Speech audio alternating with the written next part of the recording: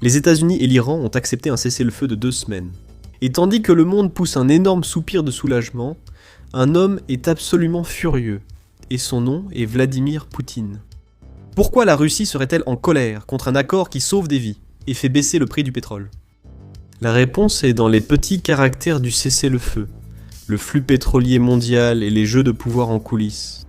Ce qui semble être la paix réduit discrètement les revenus de guerre de Moscou, et le pays que Vladimir Poutine croyait allié vient peut-être de lui couper l'herbe sous le pied.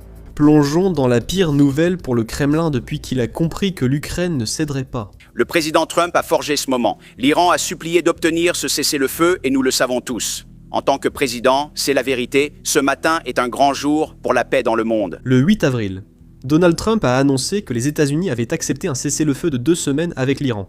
Cela ne sortait pas de nulle part. C'est arrivé juste avant sa date limite, où il avait averti l'Iran de graves conséquences en cas de non-conformité.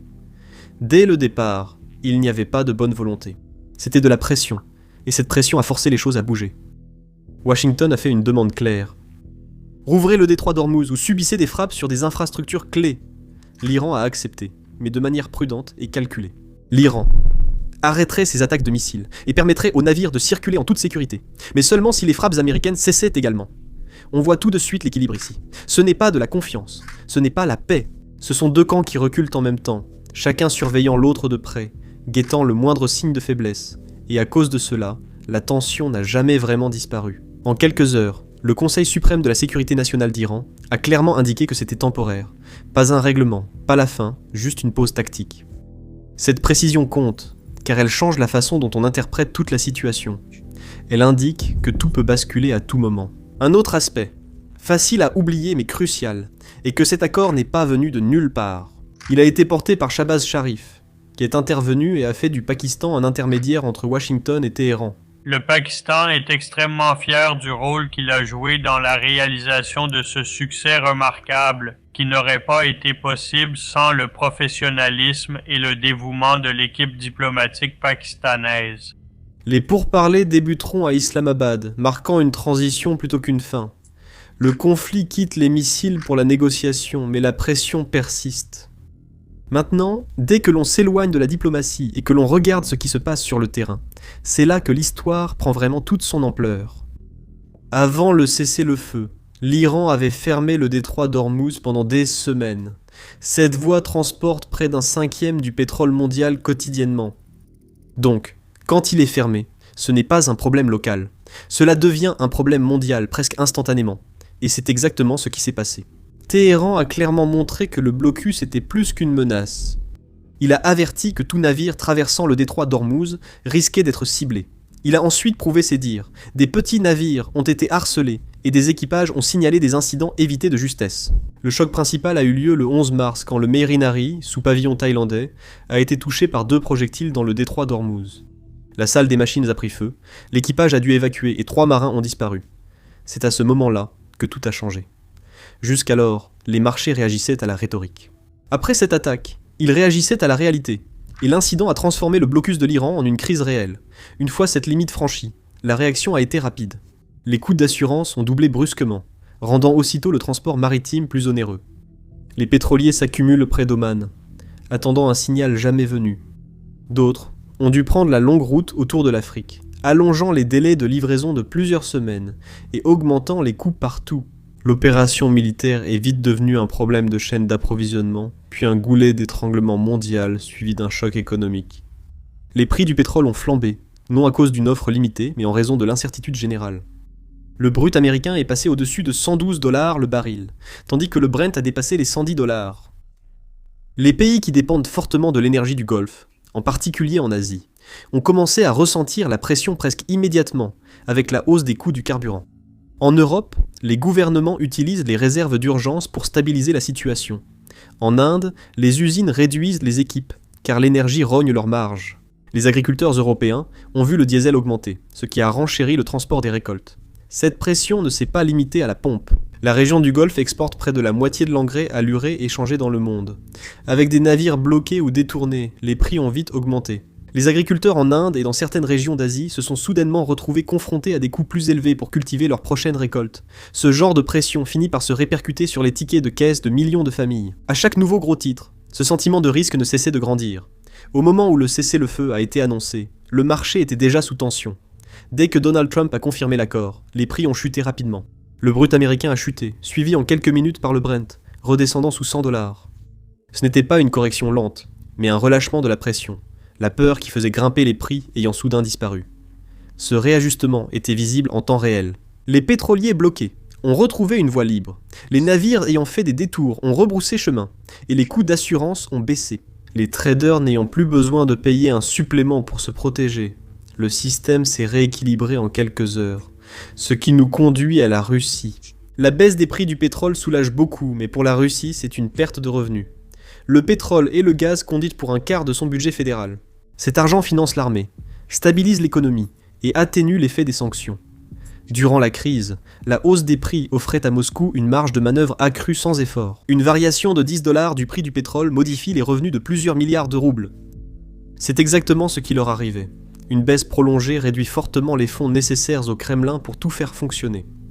Quand les prix sont retombés sous 100 $ après le cessez-le-feu, l'Asie et l'Europe ont ressenti un soulagement, mais la Russie a vu ses perspectives budgétaires se durcir. Moscou applaudissait discrètement le chaos jusqu'à ce que le marché intervienne. Et maintenant, Poutine se retrouve à regarder sa bouée de sauvetage pétrolière rétrécir pendant qu'il consulte ses derniers graphiques. C'est pourquoi ce cessez-le-feu frappe la Russie plus durement que presque tout autre pays. Le Kremlin consacre près de 40% du budget fédéral à la défense et à la sécurité, principalement pour financer la guerre en Ukraine. Chaque jour où les combats s'éternisent, cela engloutit de l'argent pour les armes, la solde des troupes et les réparations du matériel. Les coûts ne cessent d'augmenter alors que les avancées sur le champ de bataille se sont presque arrêtées. Les forces russes progressent encore localement, mais leurs avancées ont fortement diminué, et les contre-attaques ukrainiennes reprennent peu à peu le terrain. De plus, des années de fortes dépenses ont laissé le Fonds national de richesse, avec une marge de sécurité très mince. Les revenus du pétrole et du gaz avaient déjà fortement chuté plus tôt cette année, avant que la crise de Hornwood n'apporte un regain temporaire. À présent, cette bouée de sauvetage est en train de disparaître. Poutine ne peut pas simplement imprimer davantage d'argent, ou emprunter indéfiniment, sans causer une inflation accrue, qui pèse déjà sur les Russes au budget serré. Voilà la vraie douleur. L'argent supplémentaire provenant des prix élevés du pétrole offrait à Moscou un temps précieux pour maintenir la machine de guerre en marche sans avoir à faire de coupes douloureuses dans le pays. Le perdre maintenant oblige à faire certains des choix les plus difficiles. Retirer de l'argent des programmes sociaux, augmenter encore les impôts ou ralentir les opérations en Ukraine. Aucune de ces options ne semble attrayante pour Poutine. En quelques jours, un accord qui avait soulagé le monde est discrètement devenu l'un des pires revers financiers du Kremlin depuis des mois. Et, si vous aimez voir la bouée de sauvetage pétrolière de Poutine diminuer en temps réel, likez et abonnez-vous. Ce n'est que le début. Revenons-y. Durant la crise, la rareté a favorisé la Russie, car les acheteurs, incertains de l'approvisionnement, payaient plus cher. Mais maintenant que cette incertitude s'estompe, et que plus de pétrole arrive sur le marché, cet avantage commence à disparaître. Vendre du pétrole à ces prix élevés devient plus difficile. Les marges baissent. Un moment, le conflit au Moyen-Orient paraissait pouvoir aider l'économie russe en difficulté. Le cessez-le-feu ramène une situation favorable à la Russie à un marché normal, où elle doit affronter la concurrence sans bénéficier de prix élevés dus à la crise. Quand les points d'étranglement se resserrent, la Russie gagne en influence, mais dès qu'il s'ouvre, cette influence décline, et la pression revient aussitôt. Une fois que l'on met de côté l'aspect financier, il y a aussi une perte diplomatique, et c'est là que les choses commencent à devenir un peu embarrassantes pour Moscou.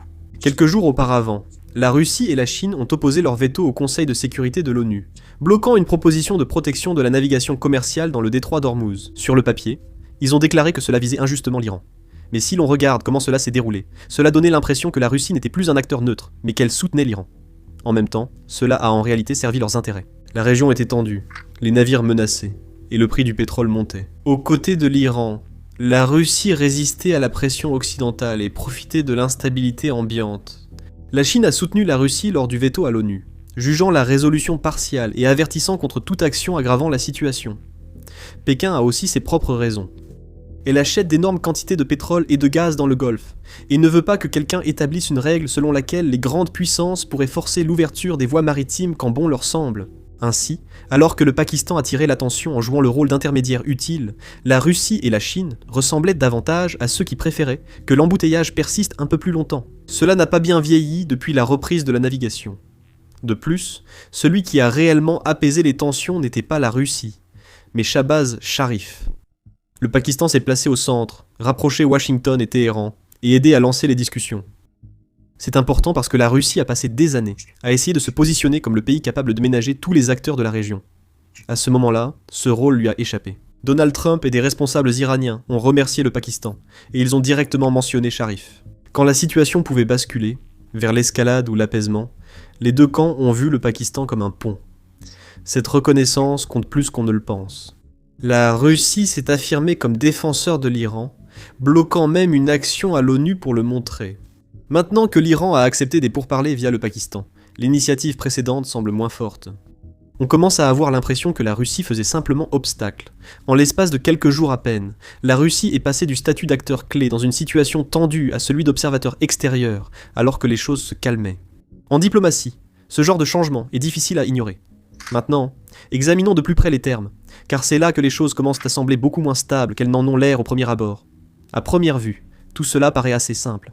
Les deux parties font une pause, les navires recommencent à circuler, et les discussions commencent. Mais dès qu'on regarde d'un peu plus près, on se rend compte que tout cela ne repose absolument pas sur la confiance. Cela repose sur le rapport de force. Washington maintient ses exigences strictes et immédiates. La priorité est claire. Rouvrir le détroit d'Ormuz, sécuriser la navigation commerciale et stopper les attaques de missiles contre les forces américaines et alliées. En échange, les États-Unis suspendent leurs propres frappes et se retirent des opérations offensives dans le Golfe. À première vue, cela semble être un échange équilibré. Mais quand on écoute les propos de Donald Trump et de son équipe, le ton raconte autre chose. Ce n'est pas présenté comme un acte de confiance. C'est présenté comme une condition. Si l'Iran respecte le cessez-le-feu, s'il dévie, même légèrement, la réponse sera immédiate. Trump a jugé la proposition iranienne en 10 points comme base viable pour des négociations. Téhéran exige la levée des sanctions, la libération des fonds gelés et le droit à l'enrichissement d'uranium. Il souhaite, également, gérer le trafic maritime dans le détroit d'Ormuz et réduire la présence de bases américaines dans la région. Trump déclare que les États-Unis ont atteint leurs objectifs militaires et sont ouverts à des discussions de paix durables au Moyen-Orient. Les deux camps revendiquent une victoire. Tout le monde sourit devant les caméras, le doigt discrètement sur la gâchette. Avec l'Iran, le tableau s'élargit. Téhéran ne fait pas que réagir. Il cherche à façonner la suite. L'Iran exige la levée des sanctions américaines, la libération de ses avoirs gelés, la reconnaissance de son droit à l'enrichissement d'uranium, le maintien de son influence sur le détroit d'Ormuz, la réduction de la présence militaire américaine régionale et la protection de ses alliés régionaux. L'Iran réclame aussi une résolution contraignante du Conseil de sécurité de l'ONU pour inscrire ces conditions dans le droit international. Cette démarche déplace la conversation du champ de bataille vers un espace où l'Iran peut conserver des moyens de pression bien après la fin des combats. En plaçant les deux parties côte à côte, le contraste est évident. Les États-Unis se concentrent sur l'instant présent.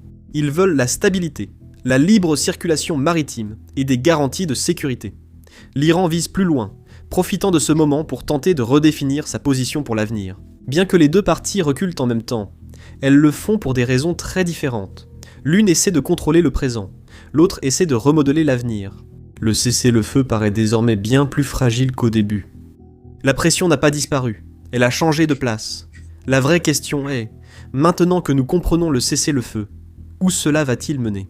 Il n'y a pas de voie claire, mais une option réaliste apparaît en observant le comportement des deux parties. Le président nous a dit de ne pas utiliser ces outils. Il nous a dit de venir à la table des négociations. Mais si les Iraniens ne font pas exactement la même chose, ils vont découvrir que le président des États-Unis n'est pas quelqu'un avec qui il faut plaisanter. Il est impatient. Il est impatient de faire avancer les choses. Il nous a dit de négocier de bonne foi. Et je pense que s'il négocie de bonne foi, nous pourrons trouver un accord. Mais c'est loin d'être acquis. Et au final, c'est aux Iraniens de décider comment ils négocient. J'espère qu'ils prendront la bonne décision. Dans le meilleur des cas pour la stabilité mondiale, le cessez-le-feu ne tient pas seulement.